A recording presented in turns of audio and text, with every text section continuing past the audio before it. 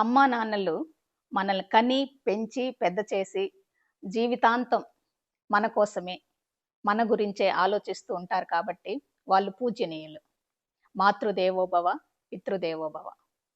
అలాగే గురువు కూడా మనకి పాఠాలు నేర్పిస్తూ, జీవిత విలువలు నేర్పిస్తూ, మన లైఫ్‌కి అవసరమైన గైడెన్స్ ఇస్తూ, మనల్ని ఎంకరేజ్ చేస్తూ ఉంటాడు కాబట్టి గురువు కూడా దైవంతో సమానం. ఆచార్య దేవోభవ. మరి అనుకోకుండా గాని, లేదా పని మీద గాని మన ఇంటికొచ్చిన మనిషిని అతిథిగా భావించాలి. అతిథి దైవంతో సమానం అంటూ మన కల్చర్ ఎందుకు ప్రోత్సహిస్తుంది? అమ్మా, నాన్న, గురువు లాగానే అతిథి కూడా మనకేమైనా బెనిఫిట్స్ చేస్తున్నారా? ఈ విషయాలు షేర్ చేసుకుందాం ఈరోజు ఈ వీడియోలో. జేకే స్ఫూర్తితో నేను జయ. అతిథి అంటే కేవలం బంధువులే కానవసరం లేదు. పక్కింటి వాళ్ళైనా, పాత పరిచయస్తులైనా, ఫ్రెండ్స్ అయినా ఎవరైనా కావచ్చు. ఇప్పుడు టెక్నాలజీ పెరిగి ఎన్ని చాట్స్, ఎన్ని వాయిస్ మెసేజెస్, ఎన్ని వీడియో కాల్స్ వచ్చినా కూడా డైరెక్ట్‌గా కలుసుకుంటే వచ్చే ఆ ఆత్మీయత, ఆ ఫీల్ వేరు. 1000 వీడియో కాల్స్ కంటే ఎక్కువ బలం ఉంటుంది. అసలు రిలేషన్స్ మనం అబ్జర్వ్ చేస్తే అవి మొక్కలాంటివి. నీరు లేకపోతే మొక్క ఎలా ఎండిపోతుందో, బంధుత్వం కూడా అంతే. అప్పుడప్పుడు కలుస్తూ ఉంటేనే రిఫ్రెష్ బటన్ లాగా ఉంటుంది. అతిథులు మన ఇంటికి వస్తూ, పోతూ అలాగే మనం కూడా మన వాళ్ళ ఇంటికి వెళ్తూ, వస్తూ ఉంటే ఎవరికి వాళ్ళకే నేను ఒంటరిని కాదు అన్న ఒక ఫీల్ ఏర్పడుతుంది. ఇది ఒక మైండ్ థెరపీ. మనం కొన్నిసార్లు మన ఫీలింగ్స్‌ని బయట పెట్టం. అతిథులొచ్చినప్పుడు పాత జ్ఞాపకాలు, ప్రస్తుత పరిస్థితులు, రేపటి కలలు ఇలా చాలా చాలా మాట్లాడుకుంటాం. చాలా షేర్ చేసుకుంటాం. ఈ షేరింగ్ వలన మనసు రీచార్జ్ అవుతుంది.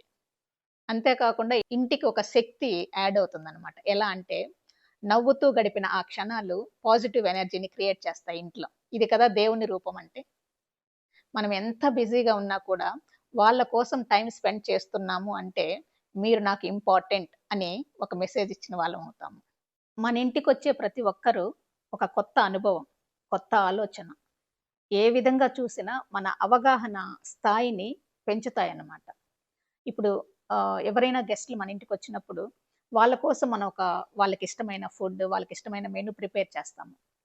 సో, ఇంటికొచ్చిన తర్వాత ఒకే డిష్ అయినా కూడా నేనొకలాగా చేయొచ్చు, మీరొకలాగా చేయొచ్చు. డిఫరెంట్ మెథడ్స్‌లో చేయొచ్చు.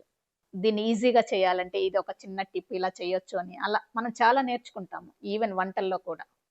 అలాగే పిల్లల విషయానికొస్తే గెస్ట్‌లు ఇంటికొచ్చినప్పుడు ఒకసారి ఫోన్ అలా పక్కన పెట్టేసేసి, వాళ్ళని పలకరించి, పొలైట్‌గా మాట్లాడుతూ, అలాగే చేసిన స్నాక్స్ వాళ్ళే వడ్డిస్తూ వచ్చిన గెస్ట్‌లకి ఉన్నప్పుడు డెఫినిట్‌గా మన కల్చర్‌ని నెక్స్ట్ జనరేషన్‌కి మనము నేర్పించిన వాళ్ళమవుతాము. ఈ నేర్చుకునే అవకాశాన్ని ఇచ్చిందెవరు? అతిథే కదా! అంటే ఇలాంటివి ఏ టెక్స్ట్ బుక్‌లో ఉండవనమాట. పిల్లలు ఇలాంటివి నేర్చుకోవాలి అంటే అవకాశాలు క్రియేట్ అవ్వాలి. ఈ అవకాశాలు క్రియేటర్స్‌గానే మన అతిథులు ఉన్నారనమాట. ఓకే. అదే కాకుండా మనం అప్పుడప్పుడు గెస్ట్‌లు వస్తూ ఉంటేనే ఇల్లు కూడా ఆర్గనైజ్డ్‌గా పెట్టుకోగలం. లేకపోతే ఒక్కొక్కసారి చిన్న చిన్న రిపేర్స్ ఉన్నా కూడా పోస్ట్‌పోన్ చేసుకుంటూ వెళ్తాం. ఈ బిజీ బిజీ అనుకుంటూ. సో, గెస్ట్‌లొస్తున్నప్పుడు ఏమవుతుంది? చిన్న చిన్న రిపేర్స్ ఉంటే చేసుకుంటాము. ఇల్లు కూడా ఆర్గనైజ్డ్‌గా పెట్టుకుంటాము. దానివల్ల ఏమవుతుంది? మన గృహము స్వగృహమైనా కాకపోయినా సుగృహం అవుతుంది. సుగృహం అంటే పూజా గది ఎంత నీట్‌గా ఉంటుందో, ఇంట్లో ఉన్న ప్రతి రూము కూడా అలాగే నీట్‌గా ఉంటుంది.